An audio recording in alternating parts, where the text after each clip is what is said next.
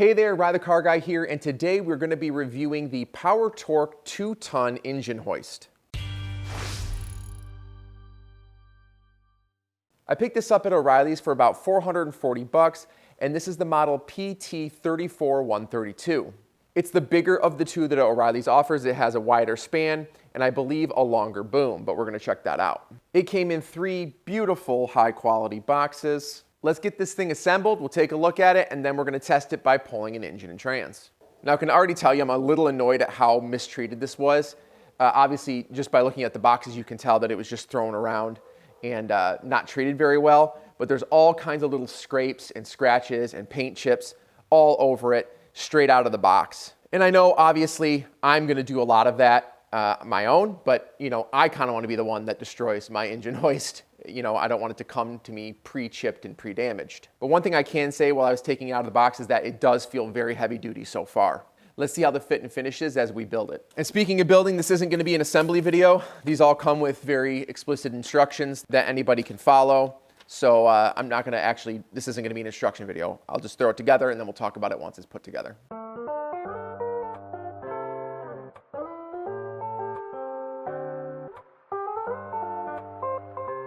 All right, friends, I got to be honest with you. So far, I am supremely unimpressed. The paint on this is unbelievably cheap. If you look at it wrong, it will pop off. Down here, they painted inside the threads of the nut, so getting the bolt in was pretty difficult. And all the taps and the drilling for the holes is really poorly done. So, for instance, this one I had to go in and actually file down where they had tapped the screw holes because this leg just would not slide in.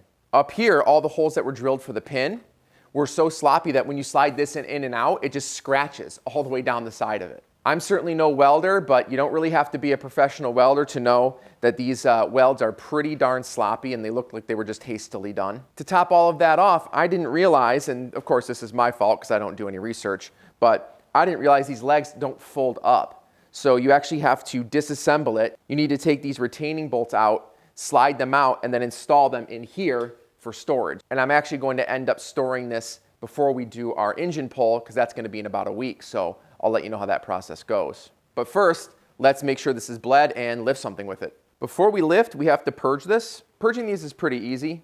I'm just going to take the weight off of it by pulling this pin out, lifting it back, and now there's no weight on the ram itself. It's actually resting on the body of the ram. Turn the release valve in the off position, so basically as far as it'll go. Pump a few times, kind of run air through it, any air that might be trapped.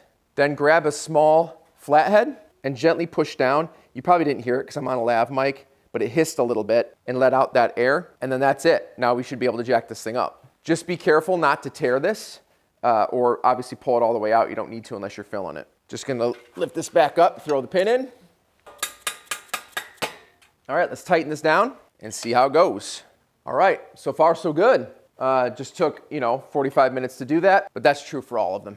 So I'm gonna find some weight to put on this and then go grab some lunch and see if it leaks down over time.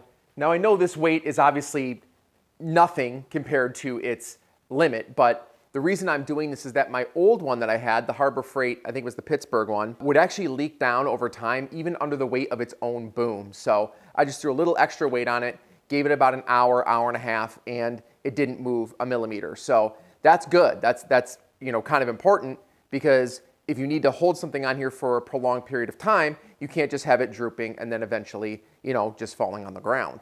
So let's get this thing sort of into its storage mode, get it tucked away for when we actually pull our engine.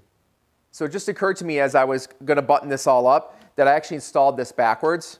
Doesn't really matter until you're ready to put it away, but I can't swing the ram all the way up against this because of where the mounting bolt is on it. So I'm going to swap that around real quick and then we'll continue.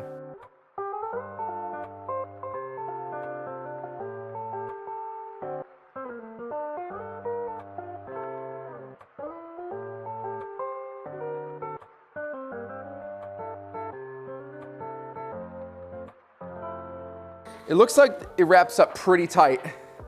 Here's some dimensions there. It should be pretty easy to tuck away. It's pretty vertical, but pretty small footprint. So we'll tuck it away and it will be ready for when we pull our engine.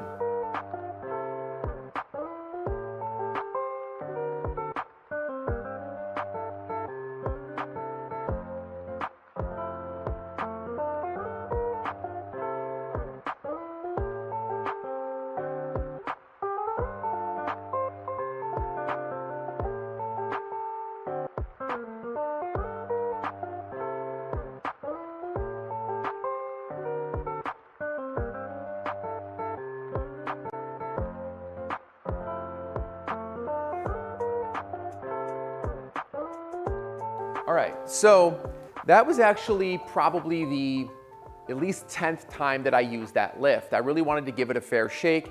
I wasn't in love with it when I first unboxed it and assembled it, but now that I've been using it a while, I actually do quite like it. I like it a lot more than I do the Pittsburgh Harbor Freight one.